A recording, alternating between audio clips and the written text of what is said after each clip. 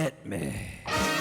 From Studio P in Sausalito, the home of the hit, it's time for...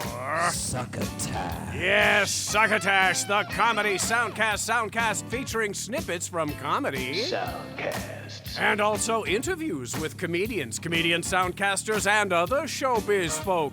And now, here's your host, internationally recognized Comedy Soundcast Soundcaster, Marc Hershon. Marc Hershon. If this is your first time dropping in to listen to Succotash, the Comedy Soundcast Soundcast, welcome.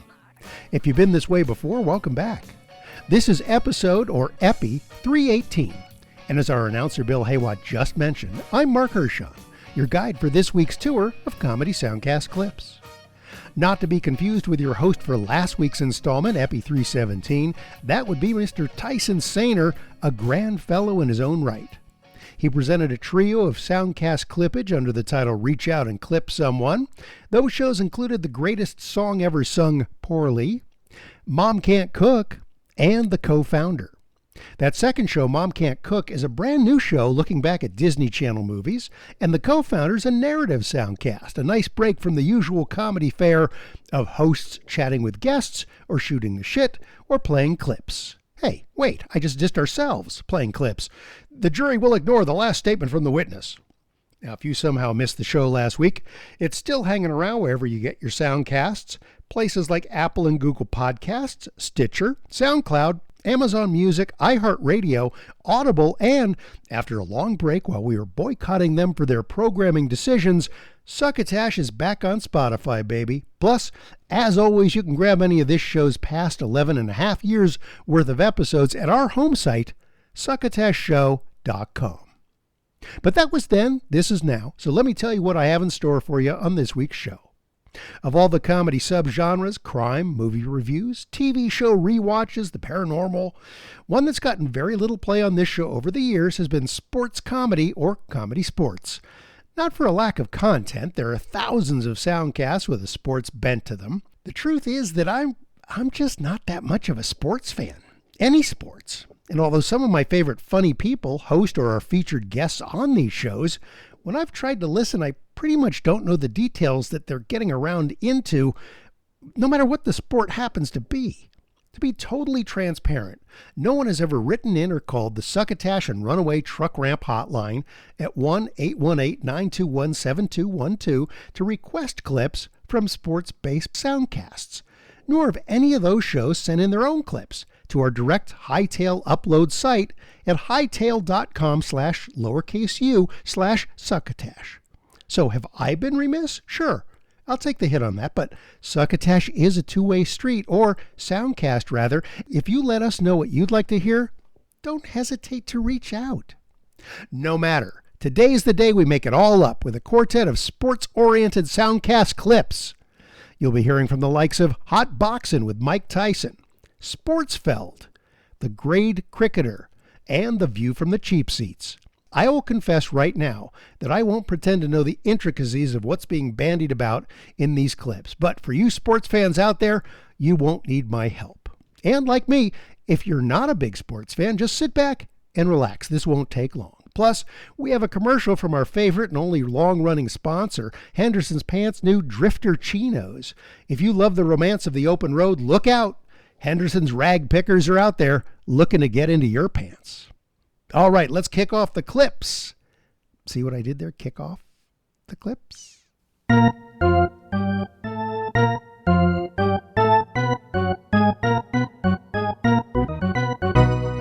First up, who would have figured soundcasting would be the next best stop for heavyweight boxer Mike Tyson? Who in their right mind, of course, would tell the champ no?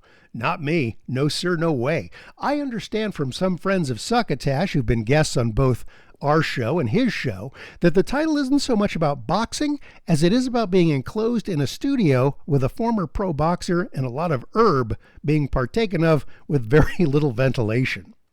Back in July, Mike had Bill Maher as his guest, and they tore it up about religion, Black Lives Matter, police brutality, and Marilyn Monroe. Well, who's coming at poor Marilyn Monroe after all these years? That would be Bill Maher, of course. There were lots of religions at the time. Of course, there are many that preceded Christianity. The reason why that one caught on is because they grafted these familiar elements onto it, like his birthday and stuff like that, and he's coming back to life. That was an old story. But part of it that was revolutionary was his message that when it really gets good for you is in the afterlife. Now, we're talking about a Roman Empire that was at least half slave, you know. It's not more. I mean, people think slavery was an American invention. It was not. No. Everybody in the Bible had them. The word slave comes from Slav, and there's nobody whiter in the world than Slavs. That slavery has been around since the beginning of time. Yeah, and mostly it wasn't even a racial thing, simply because people weren't living in an area where there were people of other races. It's just human nature, brutal human nature, to make other people your slave if you possibly can. Now, we have come a long way since that time, but in the Bible, nobody even thought to condemn it. There's lots of rules about slavery in the Bible. None of them are, don't do it. They never even thought to say that, like, don't do it. God's perfectly okay with it. His boy Jesus is perfectly okay with it. They have rules like, if a man kills your slave, you may kill his slave. Oh, okay. That sounds like a good rule. But nobody ever said, maybe we shouldn't do this. Maybe we should put that in the maybe we should put that in the Ten Commandments. I never read the Bible, so I don't know. Well, I have. You didn't dig it, what you was reading? Well, as a historical document, it's interesting, and it's certainly fundamental to understanding our civilization. So I took it as scholarship when I was in college. But do I believe it? Of course not. It was written by people in the Bronze Age who didn't know what a germ or an atom was. It's a bunch of nonsense, and it's wicked also. It's full of ethnic cleansing, slavery. Again, just the fact that slavery is not condemned. They have a list of 10 things you absolutely should not do, but slavery and rape are not on the list. This is how ridiculous is that? About? The Bible, yes, the Bible. It's actually quite ironic because the Bible, I think, is like the most sold book. But isn't there so many? I don't know. I don't want to say nothing about the most like bought book anywhere. Well, yes, it's the Bible. I mean, most people, less and less as time goes on, thanks partly to me, are less and less religious. But I mean, it's still mostly a religious country. Mostly people will say they believe in something. Now, shout out to my millennial friends. They're the first generation to be less than 50%, I think, who have a religious affiliation. The younger generations, more and more, are saying, this is a bunch of bullshit. We don't need this to live a good life. And then they see how, like, immoral so many religious people are.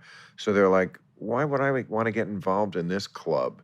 It's hypocritical, it's not real, and it doesn't speak to me. I used to believe religion is your conscience. You know what's good and what's bad. Yeah. You know what's right. That's your conscience. That's not religion. Yeah. Religion is something different. I mean, if that How that do you could be define your religion.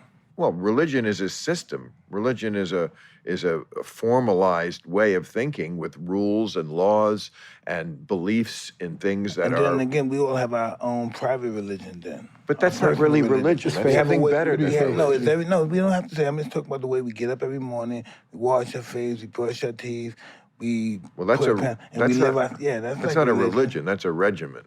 Yes, we all. Religion is regimental. It is. Well, religion is regimental, but no doubt.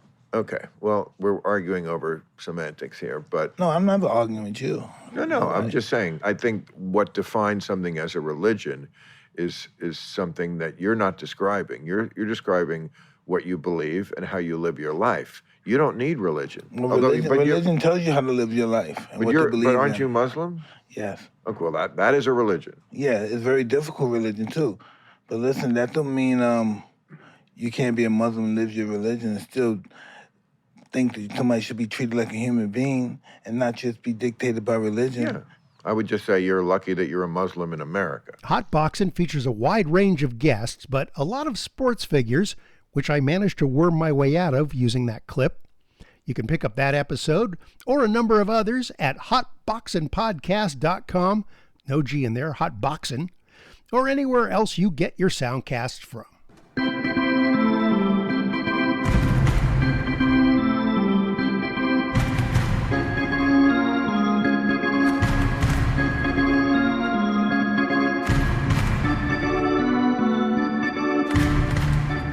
Here's a clip where I am totally out of my depth. This is from Sportsfeld, a sports podcast about nothing, according to the show's description on Apple Podcasts. And I think the hosts, Andrew Zuber and Jake Goldsby, are talking about soccer or football. Pretty sure. But the series in Canada they're talking about was happening concurrently with a baseball series and a hockey series, so I was very confused. For this clip, I purposely left off whatever setup there was, just to see if you are just as lost as I am. 2018 CONCACAF Champions League final against Guadalajara. Like that is quite a journey to go on. Yeah, and it was all right, I'll tell the story. Leg one of the final against Guadalajara was in Toronto. That was the same night as a Raptors playoff game. I don't remember which one. And I think there was also a Leaf playoff game that night. I think it was either all three, or I know leg two was definitely all three. I think the first one was just a Raptors playoff game. But I was at a bar for that one with a friend. Game 5 of Raptors Wizards. Thank you. And that was the wonderful day where we got yelled at by a, won't name names, but a very famous Canadian sports reporter, because he wanted to watch the early season Blue Jays game. And we had asked the bar to put on the TFC game, and TFC lost the first leg 2-1. And then I forget who it was. Someone missed a sitter in the second half, which would have made it 2-2. And we were told to pipe down because they already gave up 2 away goals and it's over. And what's the point?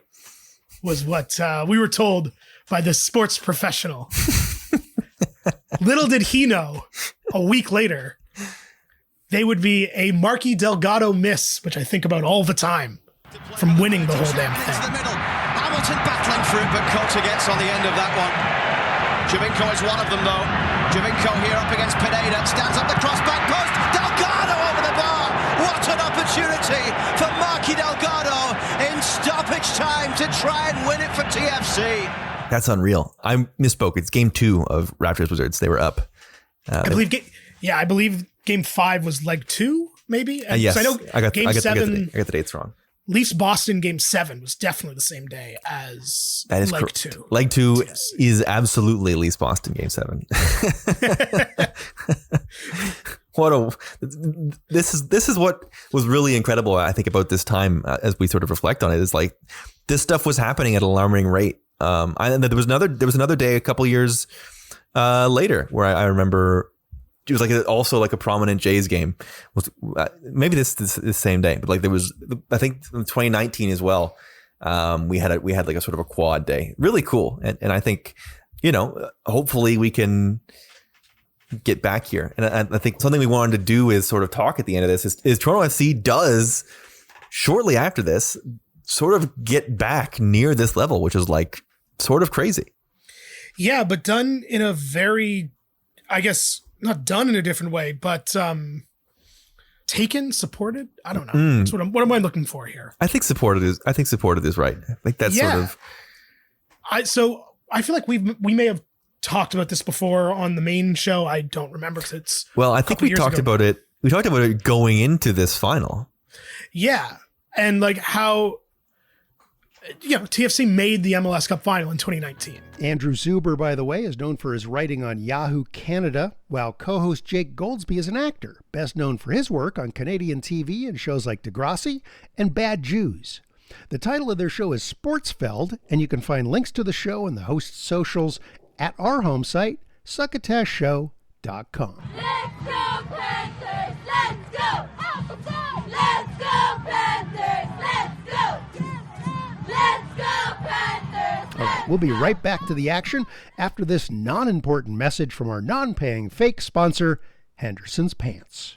Hello, friends. You may be familiar with the expression, you'll never know a man until you walk a mile in his shoes. Imagine how well you'll know a fellow if you hike that same mile in his pants. Introducing Hendersons Drifter Chinos. These vaguely khaki, shapeless, baggy trousers have that overly comfortable lived-in look. So much so that each pair sports its own pattern of vaguely disgusting and indefinable stains. The designers at Hendersons Pants spent many many, many hours, hanging out at bus stops, rest stops, and highway underpasses, paying close attention to the homeless and destitute who drift in and out of such places.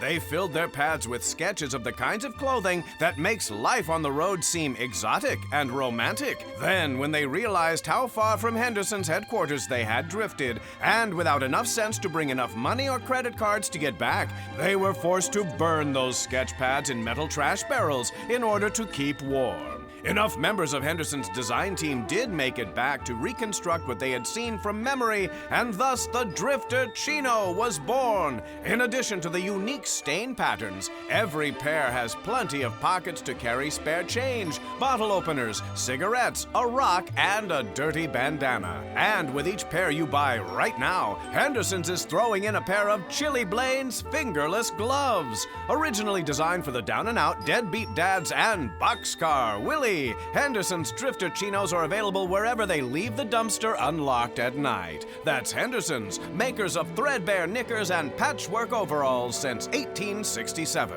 And now, back to Succotash. This next clip may be a bit out of reach for listeners who are even diehard sports fans here in North America. The show is The Grade Cricketer, and it's about, you guessed it, cricket.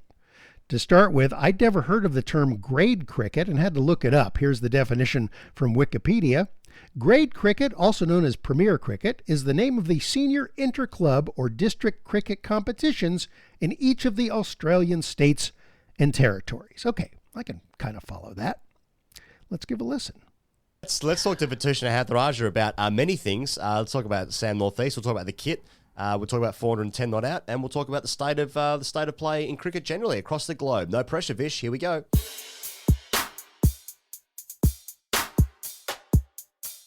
Right, you might know him from the very popular Football Ramble show, but he recently took on the associate editor role at ESPN Cricinfo. He's a longtime friend of the show. And frankly, it's no exaggeration to say he's one of the very best cricket writers on the circuit. It's Vithushan Hantharajah on The Grade Cricketer. Vish, welcome back. Thank you for having me. That's I think that's the most serious intro I've gotten so far. Oh, well, you were 20 minutes late, which was deeply offensive. And there we go. It was set off air. Yeah. And that didn't seem to bother you in the slightest. So obviously someone's doing well. So it is great to have you back. Hey, Vish, we're into this weird white ball phase of the English summer. Look, the way I see it, England's got a good kit. There's forgettable games coming thick and fast. Obviously, it's confirmed the death of ODI cricket. But apart from that, have you picked up anything of consequence from Matthew Mott's first few games in charge? He's got young-looking legs. You know, when you're like in the press box. You know, you young-looking legs. You know, you're in the. So, in the last ODI was rain affected. It was only 29 overs, but the game was supposed to start at 1. They only started playing about like 5, and you know, someone in England kicked Watts out, and you know, I've got used to seeing Chris Silverwood in shorts. I got used to seeing Trevor Bayliss in shorts. I realised, even though I've covered a bit of women's cricket and I've covered, you know, women's Ashes matches, I've not really seen Matthew Mott in shorts, even though he wore shorts back then as well.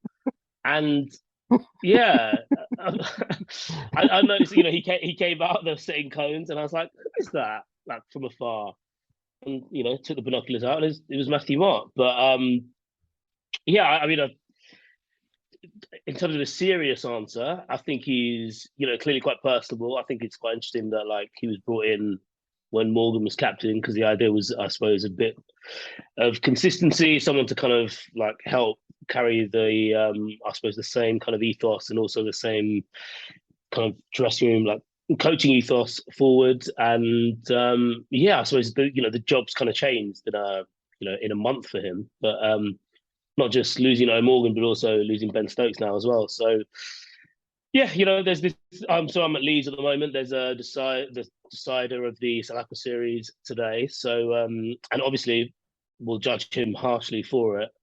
So yeah, we'll see what he's made of. Ben Stokes's ODI retirement, Bish. I think it's well documented. I think it's a fact, is what I should say, is that England have been like the most flogged since COVID. They played the most games all over the world, etc. So like, is his retirement an England thing? Is it a cricket thing in general, or is it a Ben Stokes thing? Why did he retire? Like, which one of those three is the definitive answer? It can only be one.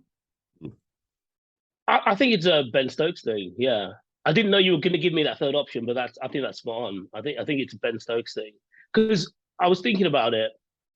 If the fixtures were skewed differently, not just a gap, but if the ODIs came first and then there was 60-20s basically back to back, and then some ODIs. I was thinking like he probably wouldn't retire from T20 cricket because there's a World Cup later this year. But I wonder if that would have made him think, oh, you know what, I'll retire at the end of this World Cup, because it was quite impulsive. Bear in mind, like a few days before he was announced that he wasn't going to play in the T20 series against South Africa. He wasn't going to play in the 100, but he was definitely going to play these ODIs. And then, he plays.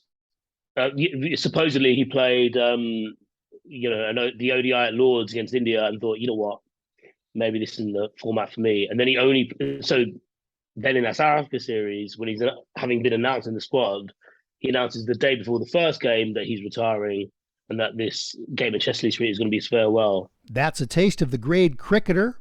Couldn't understand a thing. There were originally 3 hosts of the show, all cricket writers in Australia: Sam Perry, Dave Edwards, and Ian Higgins. You heard Sam and Ian on that because, well, Dave went his own way in 2020 to focus on other things. But these guys have even written books about cricket. Anyway, I can barely understand what they're saying, let alone what their cricket references may be about. So I reached out to one of our oldest friends of Succotash, Jabs, late of the D-Head Factor. That was a soundcast from Australia. He's from Canberra. And I asked him to give me his thoughts on the grade cricketer, so he checked it out. Hi, this is Jabs, previously from the D-Head Factor, and Boganwood, and the very short-lived court case pending surprise vasectomy. Today I've been called out of retirement to review an Australian podcast because the Succotash boys don't understand what cricket is. So the podcast I am reviewing is called The Grade Cricketer. And try and say that when you have a form of dyslexia like I do. Cricket is great, and if you're into things like wasted youth, failed relationships, sun damage, and broken dreams, a weekly show featuring news, views, and interviews with major names from across the cricket scene, this is the podcast for you. You can find it on iTunes. You can also find it on Spotify. Couldn't find it on the old faithful Stitcher, but it is there. And it comes with quite high reviews from anyone that's gone in there and had a crack at it. So with 862 reviews, 4.7 stars. Then let me tell you why. Okay, like with any sports podcast, I think that it's all about the content. So the content is obviously focused on cricket. So if you understand what cricket is, then you'll understand the podcast. I think that's the problem with a lot of these sports-focused podcasts, is that they don't translate to newcomers that well. But that being said, as an Australian that's coming into summer and is getting spruiked up and ready for the cricket season, this is the podcast for me. This is the one I want to listen to straight after a game, because they break down every aspect of the game. They talk about the individual scores and about the players, and they actually make a lot of jokes around it as well, and it works really well. The podcast itself, they incorporate interviews and little skits and ads as well. I suspect they might be fake ads, but I haven't dug too deep into that. The podcast itself is quite well crafted and well done. The boys have really good banter and they bounce off each other well, and they obviously know a lot about cricket, which is what you're looking for in a cricket podcast. As an Australian, I give it 2 Vegemite sandwiches up out of 2, obviously, because, Vegemite, great stuff. I feel like I'm being a little bit racially profiled by us being asked to do a review of this podcast, but I actually quite enjoyed it, and I'll be putting it on my list for the upcoming cricket season. That's all from me. So long, Succotash fans. Until the next time, and more Boganwood episodes. One day. We love jabs. We love jabs. All the way from Canberra, Australia. He keeps threatening to release the second season of his fabulous narrative soundcast, Bougainville, but I'll believe it when I hear it. And if I do hear it, I'm going to play all those episodes right here, just like I did from his first season. So that's Jabs commenting on The Grade Cricketer, which you can find anywhere you get your soundcast from, except apparently Stitcher, because Jabs could not find it on there when he went looking for it. But if you'd like to get directly to their website, come to our website, succotashshow.com. There is a link in the blog piece for this episode right there. Our final clip is from a show by a couple of guys I met peripherally years ago at the Los Angeles Podcast Festival. We've featured them before from the great soundcast they do along with Daniel Van Kirk called Dumb People Town. Of course, I'm talking about the Sklar brothers, Randy and Jason. These guys are totally into sports, and they get to let it shine nowadays in their other soundcast called View from the Cheap Seats. In this clip, they're talking about MVPs and championships and other things I don't get, along with their guest, another friend to Succotash, the great Wayne Fetterman. I want to talk about the NBA Finals with the great Wayne Fetterman. First of all, welcome to the show. Thank you. Nice to be here. So what is the name of this show? View from the Cheap Seats. Yes. So yep. it's It's our view from the cheap seats. So all of our views. With a couple. How many people that were on the actual Cheap Seats show? You were amazing. World's longest man. Yeah. How many of those people have been on this show? So many. A lot. Although there were a lot of people we had cast as actors who don't know a ton about sports. So Okay. we would never have David Cross on this show because he's just not a Or sports Scott fan. Ackerman. Yeah. who's Right. appeared. Oh, really? Scott Ackerman and Harris Whittles, may he rest in peace. They Right. did the He wasn't into World's championship hugging championships. Right, which, strong hugging, hard hugging. Harris. That was a funny kid, huh? Funny kid. Goddamn drugs. Anyway, so let's talk about the finals. They just wrapped up last week or the end of last week or this weekend. With 75th anniversary. So with of the breath between the finals and now, Yeah. was it a satisfying finals for you? How did you Well, feel as about someone it? who's been watching it's not a league, it's an association. It is We association. we talk about it every Your time. association with it is that you have a very close connection with it. Right. It's an association, unlike those other sports leagues. So, yes, it was. I mean, I was rooting for Boston. Just I don't know why, but did you like the players? Do you like how that team is constructed, or you just feel bad for the city because they haven't won any championships? they've in had any a- sports they've had a in rough 20 20 years. I like racism. I can't quite put Love my their finger fans. on love their fan base. Sure. It's a good fan base to get behind. Yeah. I don't know. I was just like, but it was. We felt that way about Boston in the 80s when we were did? St. Louis kids who didn't have a basketball team. We always rooted for Boston. Like, we didn't understand. We thought the Lakers and Showtime were just like this juggernaut of a team, and they were going to we didn't realize the history of Boston just breaking their hearts throughout the 70s and 60s. We didn't get it. Speaking of 60s, to me, one of the worst nicknames in all of pro sports. Let's hear it. Mr. Clutch. Mr. Clutch, all right. Yeah, I believe he lost 7 Game 7s or 8 Game 7s. He was never not. won a Game 7. There's a time to change that. He could be Clutch. He could. If given the right circumstance. I mean, Mr. Clutch? Mr. Clutch? Okay. So maybe it was his driving. Maybe he drove a stick shift car, and that's why he always stuck to the clutch. You want an automatic? No. He's Mr. Clutch. Manual. Manual. Mr. Manual. So, yes, it was. I mean, I just love the competition. I love how much the game has evolved. It really has And evolved. obviously, we're now looking at one of the top 2 point guards to ever touch a basketball. I mean, certainly the best shooter in the history of the game. And maybe the best shooter in the history of the I game. can't even imagine anyone that you would put ahead of him. Best under 6'2". Point guard. A point guard. Yeah, I think he's the best player. The only other point guard in the Isaiah competition. Thomas? No, I feel is Magic Johnson. And he was like a point forward, almost, so to speak. Yeah, well, I but- mean, one of his advantage was he could see over so many people. And but, he was not a good shot. Had a terrible shot. Well, he shot a higher percentage than this guy you're talking about. What's his really? name? Steph Curry? Stephon Curry. Again, Steph Curry's stats are pulled down a little bit because he shoots a lot of threes. Right, from the distance that he shoots. Yeah. But, yeah. Yeah, Magic Johnson was making a lot of layups, and so making a lot of layups, and he always had a pretty good shot. I mean, it wasn't. It's okay. I think he's in the 30s for his 3-point shots. No one was going out there on him like they were. Right. Shoot And that he shot. He didn't really even have a jump shot. He was a set shot from like the side of his head, and so. But yes, of course, I think he goes. So, but down. anyway, those two guys, I think now are in the conversation. It's the two best. What do you think? As Stockton, you got to throw in there, but I don't want to put never won a chip. They call it a chip. A chip. What is the difference between a chip and a ring? It's a championship is condensed into chip.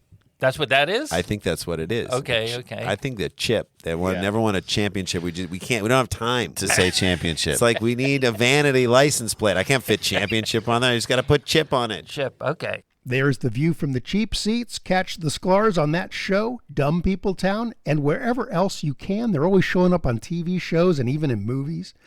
That's going to do it for our sports clip related show. I feel like I may have learned something here. Don't ask me to tell you what, but I just feel it in my bones. If you're a sports fan, I hope I didn't ruin it all for you, but I just don't really get it. Or them. I'm a nerd and a dweeb, and I prefer a good game of Dungeons and Dragons to watching the Super Bowl, but I recognize the importance of sports in our international zeitgeist, so please enjoy.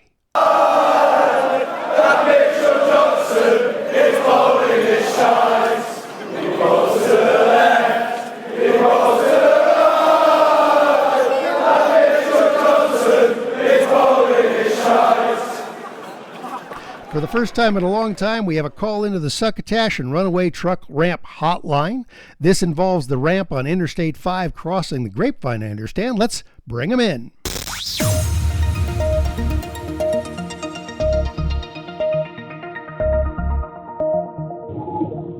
We are a half mile from the Runaway Truck Ramp left lane, passing the Runaway Truck Ramp right lane, heading over the Grapevine on the I-5 north. All seems to be in operating order, both lanes fully available, and people mindful of downhill speed.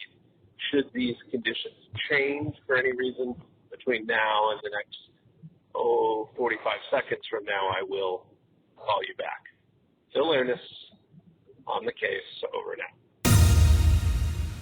Always happy to hear from Phil Lernis of the Chillpack Hollywood Hour. Be sure to check out he and TV's Dean Hagland every Monday for a fresh episode of that show. We're not quite done with Epi318 yet, however. We have to take a dip into the tweet sack. That's right. Hello, Tweety. Listener, you are always welcome to send email into either me at marc@succotashshow.com or Tyson Sainer at tyson@succotashshow.com. But who has time for that, really? We've made it so much simpler for you to get a mention on our show. Just toss the @Succotash Show handle into your socials, either on Instagram or Twitter, and if I see it, I'll make sure we mention you during this special segment of the show. Here are just some of the folks kind enough to do just that in the past couple of weeks.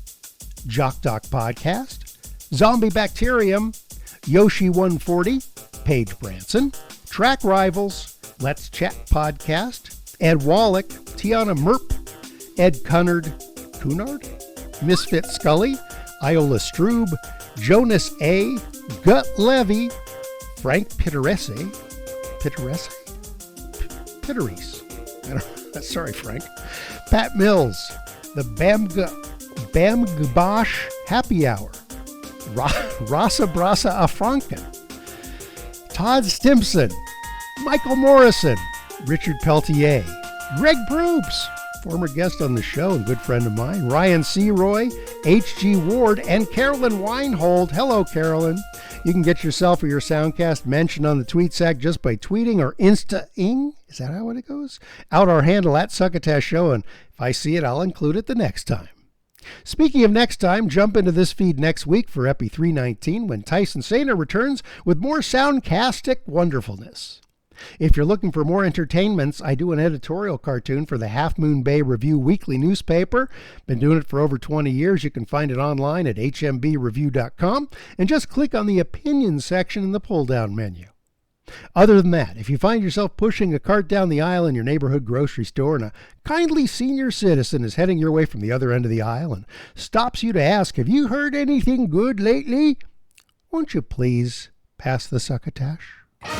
You've been listening to Succotash, the Comedy Soundcast Soundcast, with your host, Marc Hershon. Brought to you by Hendersons Pants and... Imagine your company's name right here. Rate us and review us at Apple and Google Podcasts. Find us on the web at succotashshow.com, on Spotify, on Stitcher, on iHeartRadio, on YouTube, On SoundCloud. and wherever fine soundcasts are streamed and or downloaded. Follow us on Twitter and Instagram at Succotash Show. Like us on Facebook. Email us at marc@succotashshow.com. Or call into the Succotash Skype line at our toll call number 818-921-7212. That number again is 818-921-7212. You can also upload clips from your favorite comedy soundcasts directly to us using our direct upload link at hightail.com/u/Succotash. Succotash is produced and engineered by Joe Paulino through the auspices of Studio P Sausalito, the home of the hit. Our hosts are Marc Hershon and Tyson Sainer. Our musical director is Scott Carvey. Our booth assistant is Kenny Durges. Succotash is executive produced by Marc Hershon. Until next time, I'm your loyal booth announcer, Bill Haywatt,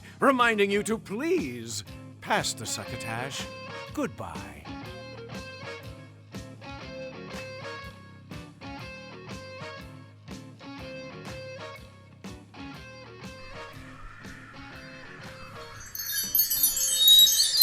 This has been a Succotash Patch production.